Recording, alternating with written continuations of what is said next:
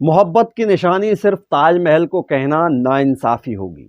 एक ऐसी ही मोहब्बत की निशानी बिहार के गया जिले में देखने को मिलती है, जहां एक व्यक्ति ने अपनी पत्नी की याद में एक पूरे पहाड़ को ही काट करके रास्ता बना दिया था। ये सच्ची कहानी है दशरथ मांझी की, जिन्होंने प्रेम और मोहब्बत की एक अनोखी मिसाल पेश की, जिनके जज्बे और जुनून के आगे एक पहाड़ को भी हार माननी पड़ी। दशरथ मांझी का जन्म 14 जनवरी 1934 को बिहार राज्य के गया जिले के अति पिछड़े गांव गहलौर में हुआ था। इस गांव में ना तो कोई स्कूल था, ना अस्पताल था और ना ही कोई दुकान थी।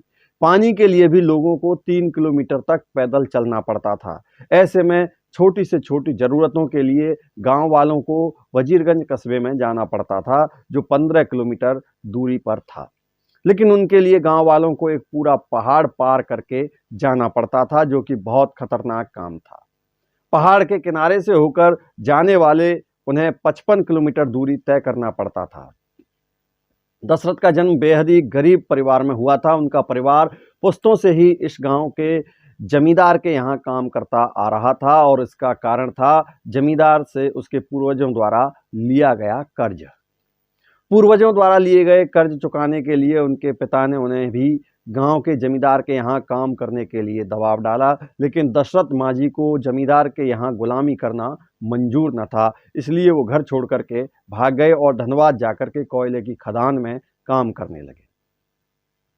करीब 7 साल बाद वापस अपने घर आए तो देखा कि गांव तो अब भी वैसा ही था जैसा वो 7 साल पहले छोड़ करके गए थे।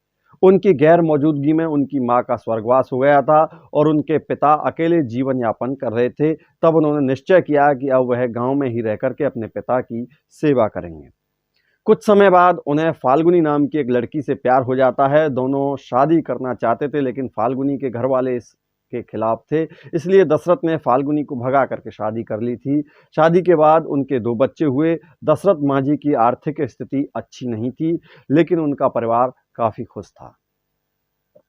एक बार गहलौर पहाड़ के दूसरे छोर पर दशरथ मांझी लकड़ी काट रहे थे।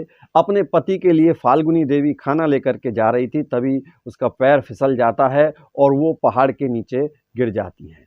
अस्पताल ले जाते समय उनकी मृत्यु हो जाती है। अगर उन्हें समय पर अस्पताल की सुविधा मिल जाती तो शायद वो बच सकती थीं, लेकिन उस पहाड़ के कारण ये संभव नहीं हो सका। इस घटना से दशरथ मांझी काफी टूट गए और उन्हें ऐसा लगने लगा कि जैसे उनकी जिंदगी में अब कुछ शेष नहीं रह गया है।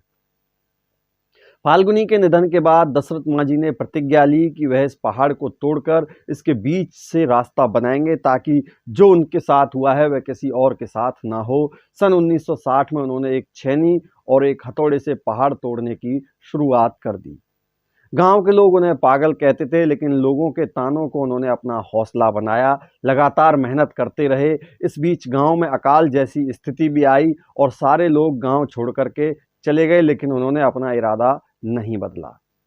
अकाल जैसी मृत्यु में उन्होंने घास, पेड़ों की पत्तियां खाकर और गंदा पानी पीकर भी उन्होंने अपना काम किया, अपने काम में लगे रहे। वक्त बीतता गया, अकाल खत्म हुआ, बरसात आई, फसलें फिर से लहलाने लगीं। गांव वाले वापस आ गए तो देखा कि दशरथ अब भी पहाड़ तोड़ रहा है।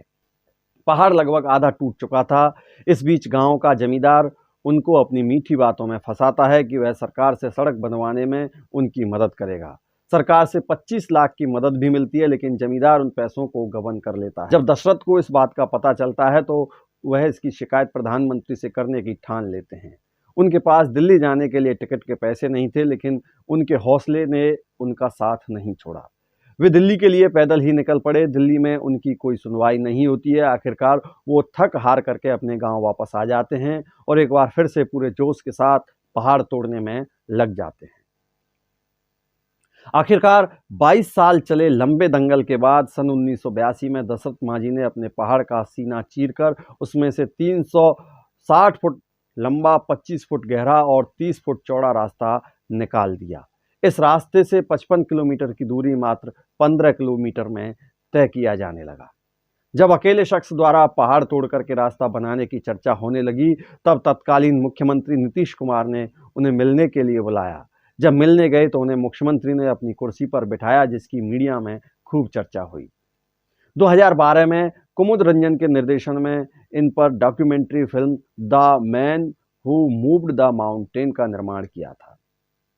2014 में आमिर खान की सामाजिक मुद्दों पर आधारित चर्चित टीवी शो सत्यमेव जयते में दशरथ मांझी की कहानी को दिखाया गया था। दशरथ मांझी के जीवन पर कई किताबें लिखी जा चुकी हैं, जिसमें नैन्सी चूरनीन की मांझी मूव्स अ माउंटेन, सुनील कुमार सिन्हा की पर्वत पुरुष आदि चर्चित हैं। 17 अगस्त 2007 में गाल ब्लैडर में कैंसर होने की वजह से दिल्ली एम्स में दशरथ की मृत्यु हो गई। उनका अंतिम संस्कार बिहार सरकार ने पूरे राजकीय सम्मान के साथ किया। बिहार सरकार ने 2006 में इनका नाम पद्म श्री अवार्ड के लिए भी भेजा था। दशरथ मांझी ने अपने अंतिम जीवन में अपने जीवन पर फिल्म बनाने का विशेष अधिकार दे दिया है, ताकि वो पूरी दुनिया को ये बता सकें कि सफलता पाने के लिए जरूरी है कि हम अपने प्रयास में निरंतर डटे रहें। बहुत से लोग कभी भी इस बात को नहीं जान पाते हैं कि जब उन्होंने अपने प्रयास छोड़े हैं तब वह सफलता के कितने करीब थे।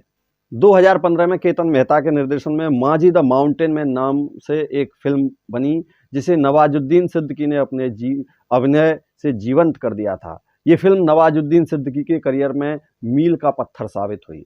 इस फिल्म का एक डायलॉग है, भगवान के भरोसे मत बैठिए, क्या पता भगवान तुम्हारे भरोसे बैठा हो।